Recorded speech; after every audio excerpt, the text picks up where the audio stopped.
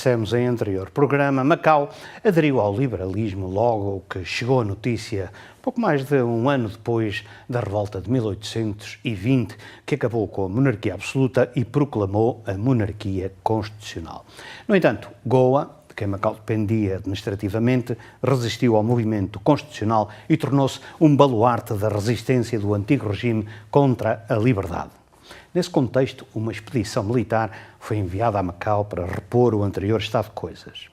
Os navios absolutistas bloquearam Macau durante um ano, até conseguirem desembarcar e ocupar todas as fortalezas e outros pontos estratégicos da cidade e prender os líderes liberais ou suspeitos de nutrirem simpatias pelo liberalismo ou pelas ideias de liberdade da Revolução Francesa ou da Revolução Americana.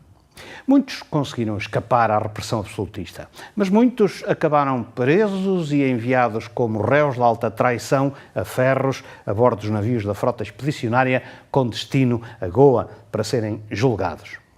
Entre os presos contava-se a maioria dos mais ilustres dirigentes políticos e militares locais, nomeadamente o corpo docente do Seminário de São José, que era então o único estabelecimento de ensino de Macau.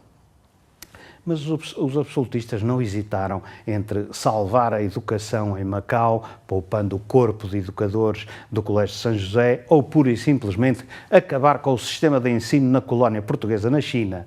Não hesitaram, acabando de um só golpe com a educação em Macau. Entre os atingidos contava-se o reitor do seminário, o padre Francisco da Silva Pinto e Maia, e Macau entrava no período mais negro da sua história no que à educação dizia respeito. Nem no tempo da expulsão dos jesuítas, cerca de um século antes, a educação em Macau sofrera tão rude golpe.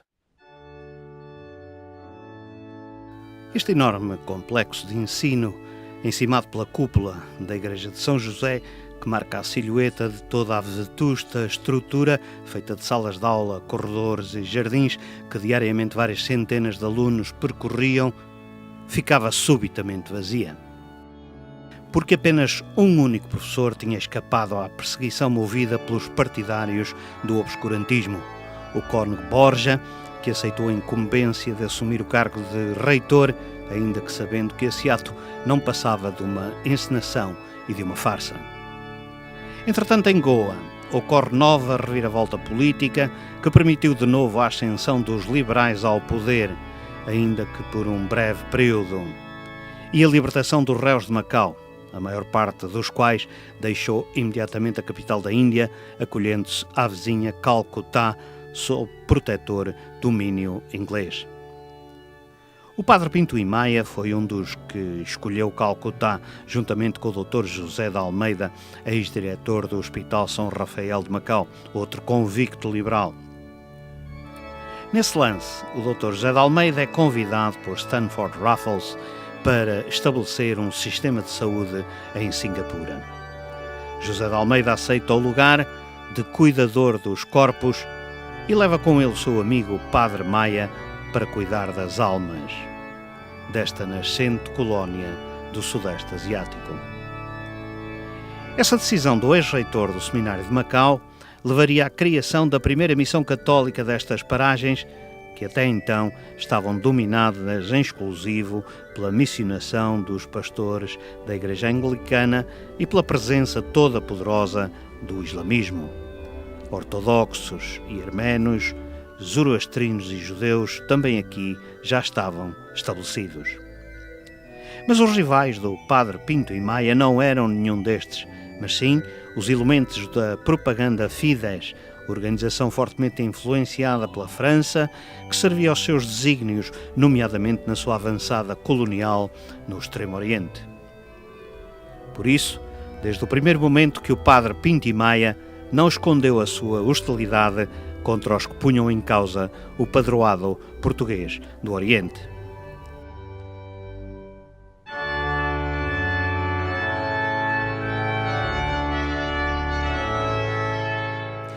Aqui na igreja de São José e ali naquele púlpito, o padre Maia fuzilava muito mais os franceses do que os hereges.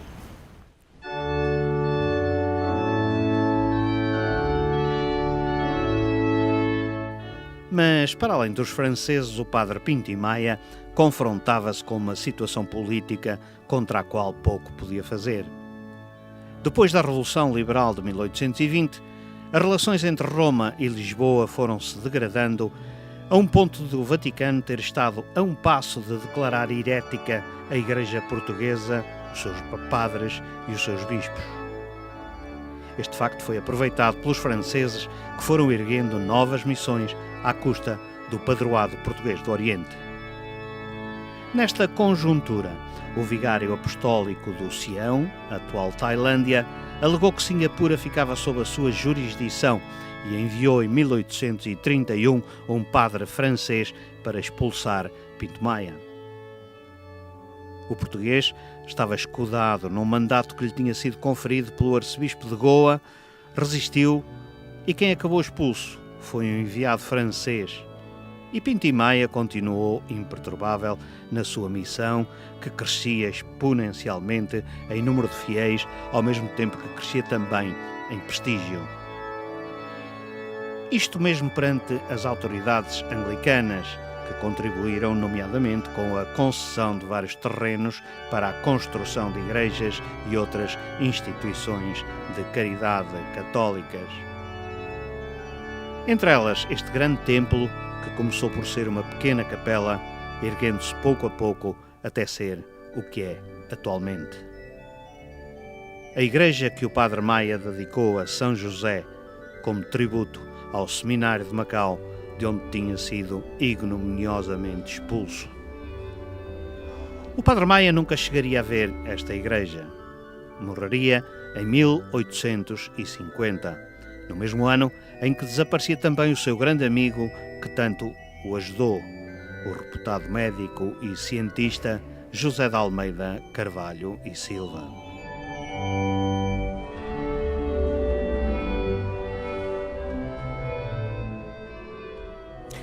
E aqui está a consagração da memória do primeiro missionário português de Singapura, Francisco da Silva Pinto e Maia, o padre que veio fugido de Macau. Ele era um liberal extremo e era um defensor dos seus princípios, tanto dos seus princípios políticos como dos seus princípios religiosos e da defesa intransigente do padroado português do Oriente.